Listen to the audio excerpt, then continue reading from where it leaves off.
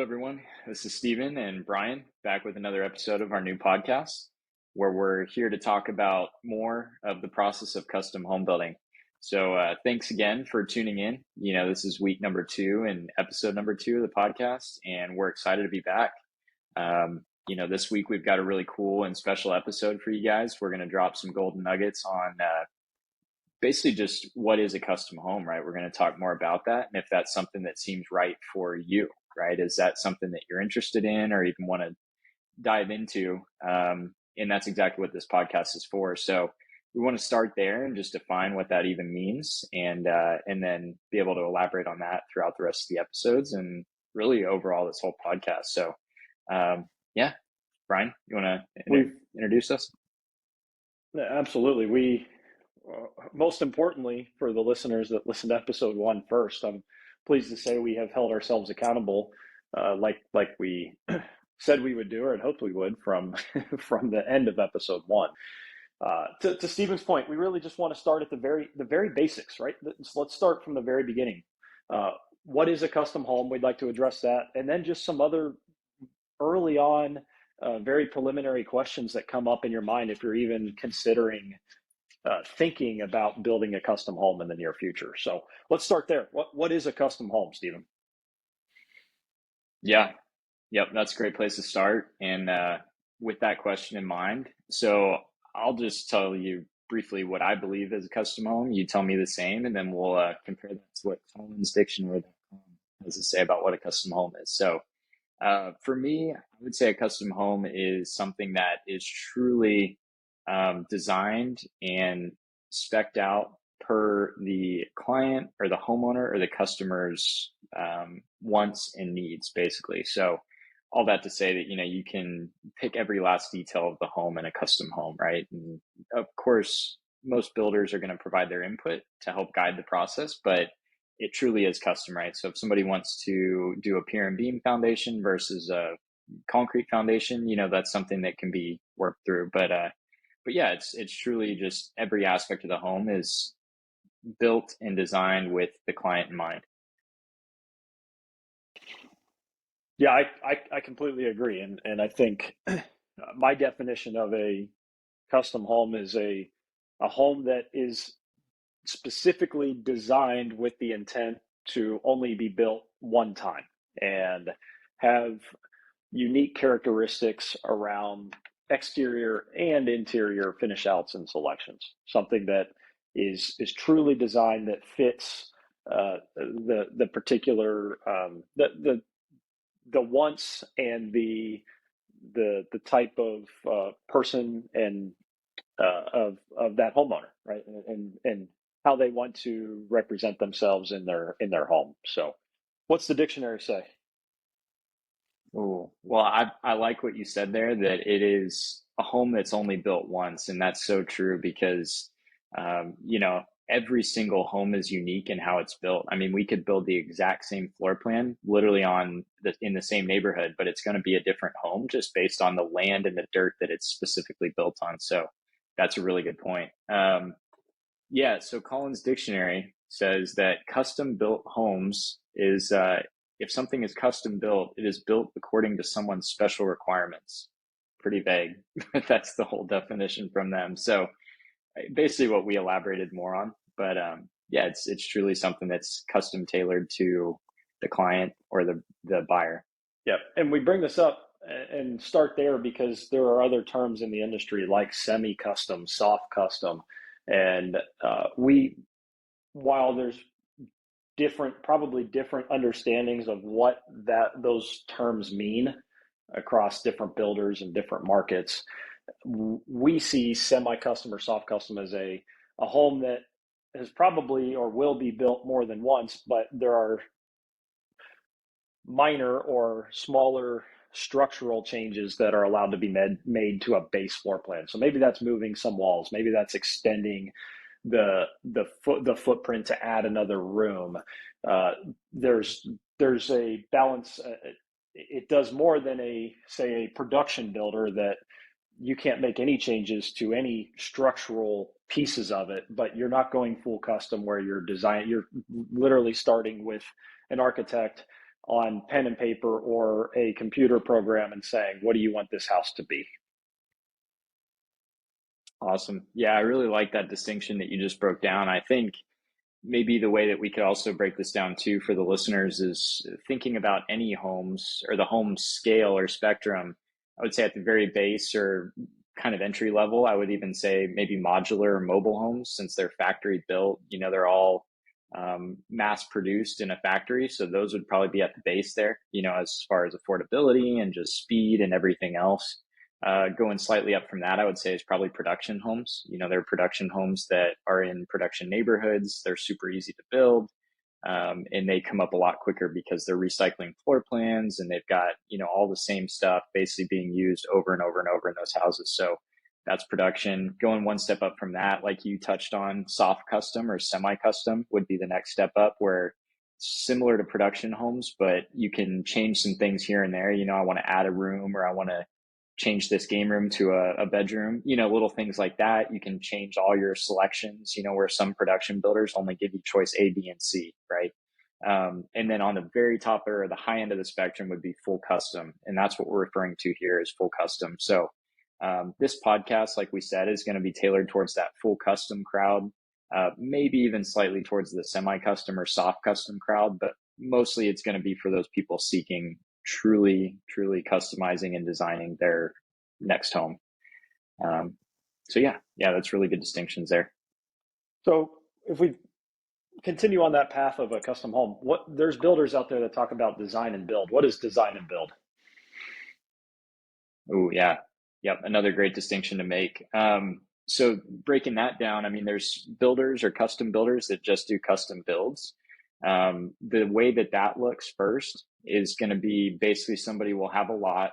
They'll go to an architect. They'll start working with an architect, and the architect will guide them through the process from an architect's point of view. They'll give them the look and the shape and the layout and all the fun things that they want in the home.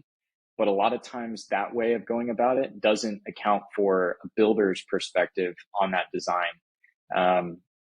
So that's just one thing. So some of these custom home builders that are truly just custom builders, not design build, that's kind of how they're handling that. Now, design build is another ballgame where the design build groups or companies will work with the clients from the very beginning, ideally, and connect them with either their preferred architects or architects on staff or a third-party architect that the clients or the buyers already want to work with.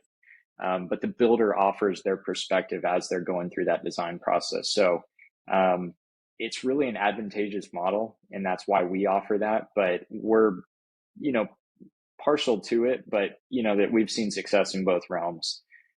We see that design build is a little bit more successful just because it's more transparent and it takes into account everybody's perspective, the client, the architect, and the builder all at the same time, so that you're much more informed as you're going through the design process on budget and cost savings and, value engineering things. I think that's a big topic that we'll cover later. But value engineering is kind of a hot or a buzzword, if you will. But yeah, I don't know. What do you think? That sum it up pretty well? Yeah, I think that does sum it up well, and that is a huge piece. Value engineering. We'll set up a whole separate podcast probably just to discuss that in more detail. But I think you're right. We find that there is more success with better overall experience for the homeowners if they work with and engage a builder sooner rather than later. And a lot of builders will tell you a lot of different things, but there's a lot of things that can be decided on early on to ultimately save time and money and get you what you want or expect in your dream home. Yep. Yeah. And I think to add on to that, it all goes back to expectations, right? And the problem with not being a design build firm or a client going directly to an architect is they want everything under the sun, right? They tell their architect that they want a 6,000 square foot home. They design everything and they fall in love with it. And then they go consult with the builder, and the builder tells them, hey, you know what? I love what you've designed. Here's what it's going to cost. And they have this big lump in their throat. They've got to, swallow that pride in the design that they just built. and fell in love with, and then they've got to kind of go, usually, right? This isn't all the time, but this is just what we've seen from experience. So that's why it's always good to get builders' insight before you go through the design phase or during the design phase, so that you have a lot more clarity on that design and what the build's going to look like overall from a budget perspective and even feasibility. Sometimes these architects design some really cool things that builders have seen before that they say, man, it looks great, but it's not practical. We're not going to be able to build that, right? Um, engineers not going to stamp off on that. So anyways, yeah, it's a connection and it's teamwork. And that's why design build in our experience is usually a better dynamic. Yep. No, you talk about the feasibility. That is a huge piece. It really is. I mean, you can do a lot of things on a computer, but actually to bring it to life, there's some realities that have to be addressed. And we've seen it on every single house we have ever built, custom home that we've built, that there are things in the plans from the architect that when you get in the field and you're constructing the house, as minor as they may be, it's oh, hey, that doesn't work that way. When you get to that point, and oh, we need to make some changes, oftentimes very minor, but that's just part of the process, and we try to eliminate as much of that as we can as early on as possible. For sure. So, And I want to add real quick, just so that we're fully informing our listeners, that when you're shopping or seeking a builder, right, they may not specifically state that they're a design build company, but that's a question that you should ask them if they're willing to be or are open to being involved in your design process, right? Please go seek a builder for their insight while you're going through the design phase. We'll leave it at that it's going to save a lot of heartache when you come to shop around for a builder. So even if it's not the builder that's going to be the actual one building the home, you still want to have some building consultation going on during the design phase, just so that you're not just building or designing blindly and then seeking builder advice later. So just my 2 cents. yep, good, great point. So a lot of people are trying to decide if building a custom home makes sense for them. So oftentimes they're looking at, how long is this going to take? How much is this going to cost me? And what do I want? Right. And I think those three questions cover a lot, and they cover the vast majority of where people start and say, is this something I want to pursue? So let's talk about time for a second. I mean, the answer to a lot of questions always is it depends. But what can people expect from a time perspective to design and build a custom home? That's a great question, right? I think that's probably a question we get almost most often. It's one of our top three questions, I would say. The other one being, what's my home going to cost, right? Like you said, we're here to try to break that boundary or break that barrier of it depends. But unfortunately, it really does, right? Any home is going to have its specific challenges, or not even challenges, but just uniqueness that takes a certain amount of time, right? And every single home, like we mentioned with custom building, is on its unique lot. It's got its unique floor plan and footprint, and it's got its own unique design characteristics as well. So with all those things being pulled together, it's nearly impossible to give a price and a timeline. But let's talk generally here, just to give people an idea, right? What we've seen on just kind of a typical standard custom home build, right? We're not talking 20,000 square feet in the center of New York City or, something crazy, right? We're talking just a fairly regular build. I would say you can bank on probably 4 to even 8 months of planning sometimes, just architects, designs, and permitting and engineering and all the things that come pre-construction wise. So yeah, I would say anywhere from 4 to 8 months on, kind of just on an average, right? And then as far as the build, I mean, as soon as the builder starts breaking ground on that lot and starts building the home that you want to build, it could be anywhere from 6, 8 months on the really quick end if it's a fairly simple, not super complex custom build, all the way up to 16, 18 months plus if it's something that's pretty elaborate and is going to require a lot of builder input and a lot of trades and resources. So I don't know. I'd love to hear your opinion on that too, because I mean that's just what I think you and I have seen as we're getting into this. But like we said, it just depends. So And it's a tough question, as simple as it may be to answer. And of course, it's going to be answered in ranges because there's too many variables that are often unknown when you get that question. But the other important point to make is people often underestimate or have the expectations that what we'll call the pre-construction design, planning, and site prep time will be faster than it actually is, including permits. I mean, there's a whole slew of tasks that need to be completed before you ever even start moving. What I like to say, start moving any bit of dirt. And I know you mentioned 4 to 8 months. That is doable, but it's not uncommon to easily see that push out to a year just in planning and prep work, which can be deflating. It really can, but it's all about setting the right expectations early on. That if it is a custom home, there's a lot of prep work that goes into getting it ready to go before you can actually start seeing it come to life. hmm yep.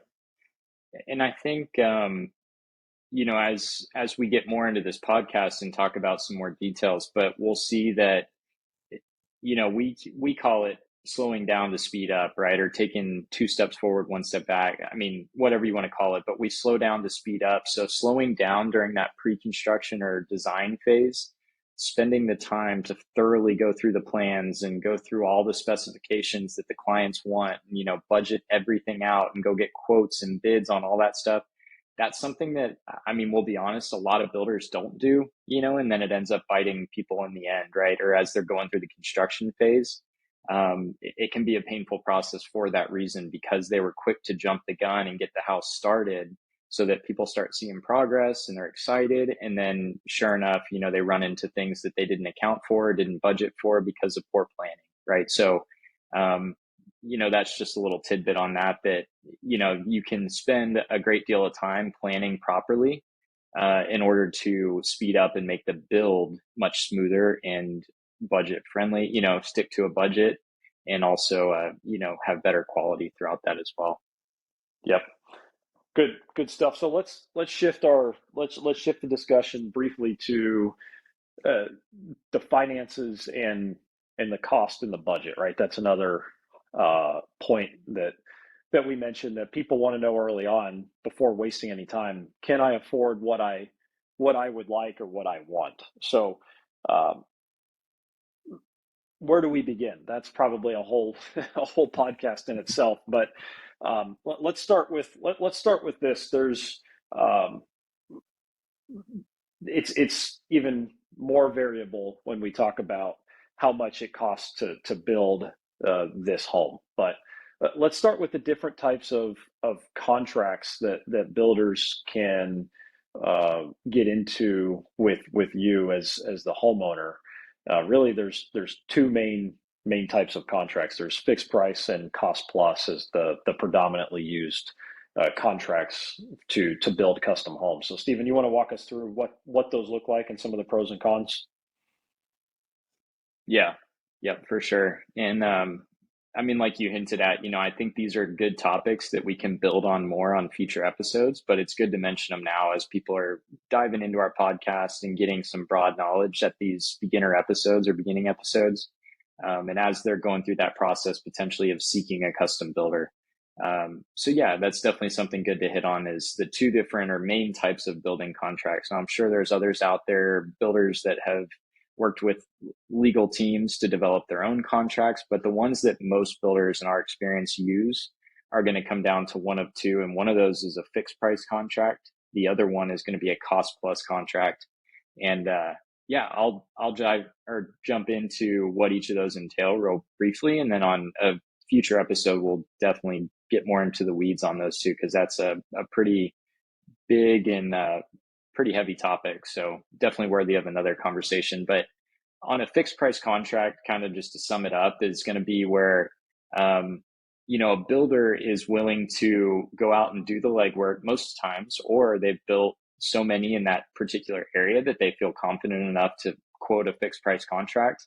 And what that is it's the builder coming to terms and coming to an agreement with the client before the build even starts, of saying, here is the price that it is going to cost to build all of your specifications, your particular floor plan on your particular lot.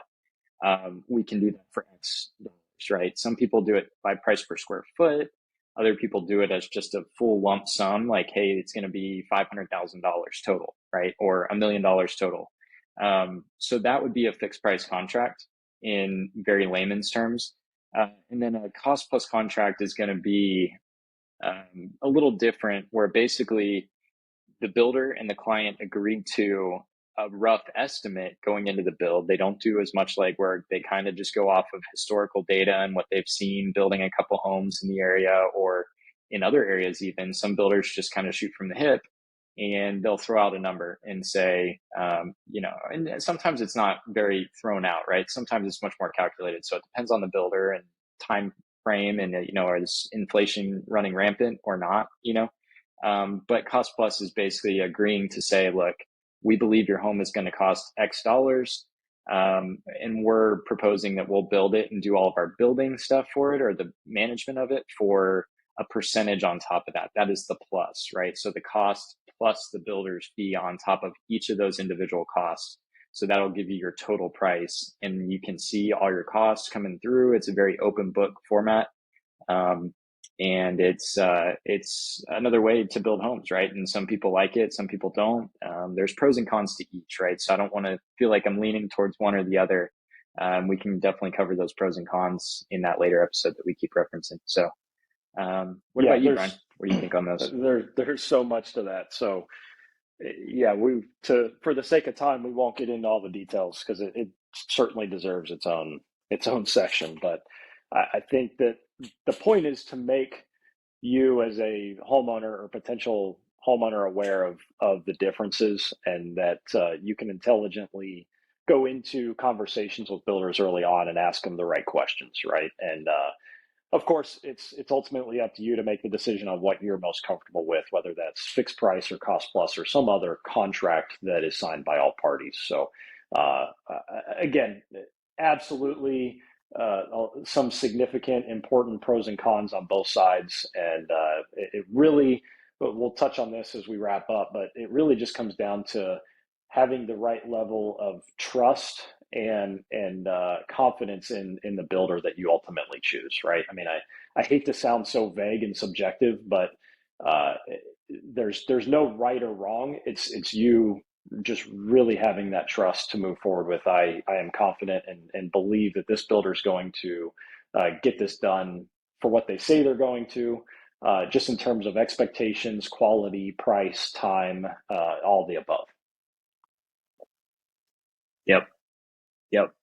And So yeah, I want to touch on just some quick things there, but on those contracts, I'll say that from our experience, most of those contracts are coming from promulgated forms or promulgated contracts. So pre-existing, just kind of fill in the blank contracts is um, my synopsis of promulgated forms, if you're not familiar with those. But promulgated contracts from the local home builders associations that your builder is most likely a part of or has connections to, and they acquire those either fixed price or cost plus contracts through those. So they're fairly common, is what I'm getting at. And if you see a contract that is not promulgated or not from a local building association, definitely worth digging into a little bit more, right? Just do your due diligence, do your research, and make sure you know exactly what you're getting into and what you're signing.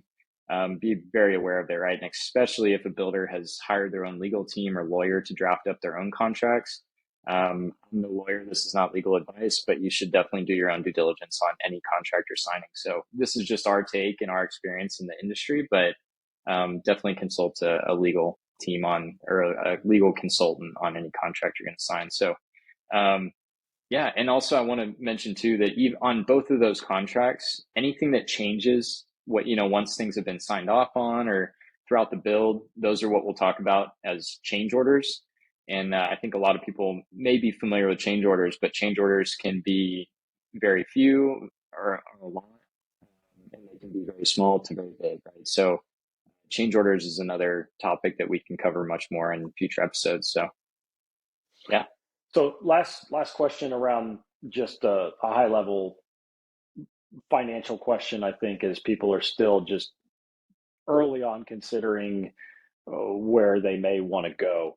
How much money can someone expect to spend before construction actually begins? I think, and to not answer this as it depends, uh, let's, I think we can answer it in terms of a percentage of what the total cost of that project may be. But I think that there's a lot of homeowners out there that think uh, they're their expectations are that they're not going to spend as much money as they actually do in terms of the early stages, like the architect, clearing the lot, doing things before you may actually even have a construction loan if that's how you're going to finance your build, right? So I think it's important to just set those expectations that it can be quite a bit of money, to the tune of Stephen. You tell me if you agree or disagree, but I think anywhere between 2 to 5%, maybe more, just in of the total cost of the build, just in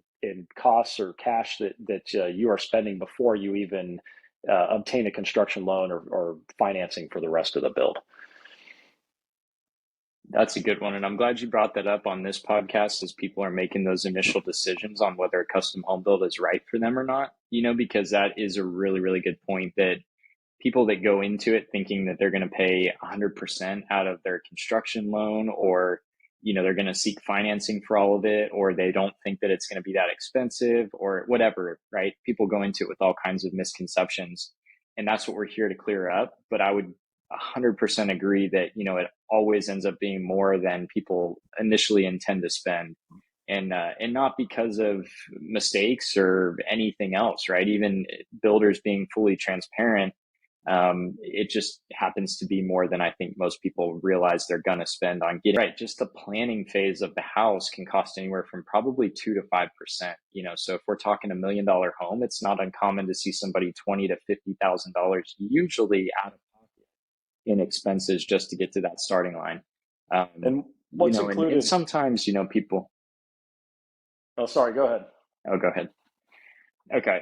Now just to finish my point, but sometimes people do take out construction loans earlier and they're able to pay some of those preliminary costs with that construction loan, but it's all part of your overall cost towards the build. I want to say that. So don't think of it as extras, but it's just stuff that really needs to be addressed and most often paid for up front before you even get to a point where you know exactly what you're going to build, right? Because you don't know your floor plans until you paid an architect. You don't know your engineering, what that looks like and what that's going to cost until you paid an engineer. You don't know what your design and all that stuff's going to be unless you choose to pay an interior designer, or you can see where there's a lot of things, even permitting and architectural review committees, they have fees, to get through all of that. And finally, like you say, start moving dirt, is a lot of tasks. And, it requires a lot of legwork from a lot of people, and, money is time, as we say. So, yeah.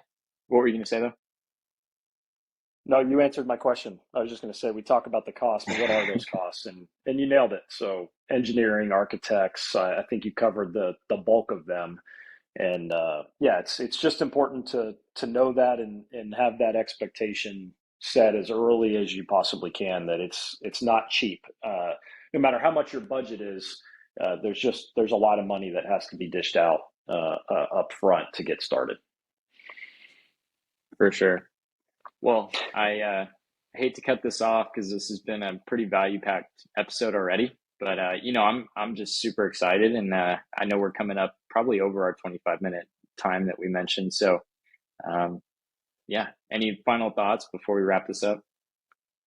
No, I hope that we have shared some good tidbits of information, and certainly piqued your interest for diving into a lot of these topics in much more detail in subsequent episodes. I mean, there's just so much to talk about from all these different aspects, and we've learned a lot, some the easy way, some the hard way, and that's what we want to share with you. So Now looking forward to it. And like I said at the beginning, hopefully we have a name for this podcast before episode 3. So let's not say hopefully, let's say we will.